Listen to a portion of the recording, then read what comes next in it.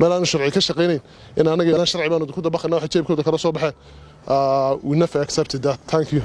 أنا قلنا دينا يجو شرعي درب السعودان بابنا واركيه marka wixii waajibaadkooda shirgudoon aan u dooranay sameyn kari laayino annaga doonaya marka inay nagu abuse gareeyaan oo yiraahdaan maalin kasta ha maqnaanina sidii iskuul ay maamulayaan ay tahay meesho iyagii baa tallaabo qaadi karin لون يربان ku xirqaban xilwa waay aan daawadayaal hadda halkan waxaan socod luga kula kulmay xildhibaan Barkad Jaamac Batuun oo kamid ah mudanayaasha golaha wakiilada xildhibaanku saaqa wuxuu ka soo baxay fadhi ay mudanayaashu lahaayeen ugu horeyn maxay tahay sababta aad uga soo baxday fadhiga ay mudanayaashu lahaayeen xildhibaan shirgudoonku wuxuu yiri qofkii maqnaada anigu maalin ma maqnaano oo imanaayo waxa ilaahdeen ganaax baa la saaraya xildhibaanka maqnaada xildhibaano badan baa maqnaa golihii xaadir isbay sameeyeen kadibna waxaan ku yiri wadi doodaad ma arkaysan ku yiri ma sharci ba in ganaax la saaro xildhibaanka maqnaaday tallaabo la qaado xiroosaadka ku qoran tahay su'aalaha gudoomiye Cali Xamuud weydiiyay marka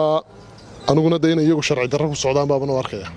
xiroosaadkayga waxa ku qoran gudiyada goluhu hal sanadood baa madaxweynadoodii gudiyada golahayga 2 sano barmaraya ay tallaabo qaadi kari laay ay isku shaandeen kari laay marka wixii waajibaadkooda shirgudoon aan u dooranay sameyn kari laayino annaga doonaya marka inay nagu abuse gareeyaan oo yiraahdaan maalin kasta ha maqnaanina sidii iskuul ay maamulayaan ay tahay meesho iyagii baa tallaabo qaadi kari la marka daasway aan u soo baxay markuu sharcigoodu shaqeeyo ee awoodooda iyo mas'uuliyadooda ay shaqeyso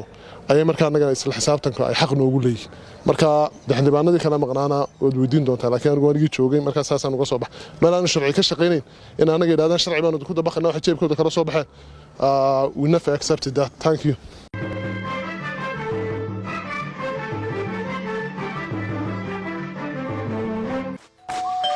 ما شاء الله سو دhowaada la jaanqaad shirkadda Telesom maxmil waxay ku diyaarisay adeega internetka ay fiber optiga kaasoo xawaarihiisu kala go' lahayn waa guji waa isha biligteeda intuu soo gudlanayo hadalba gam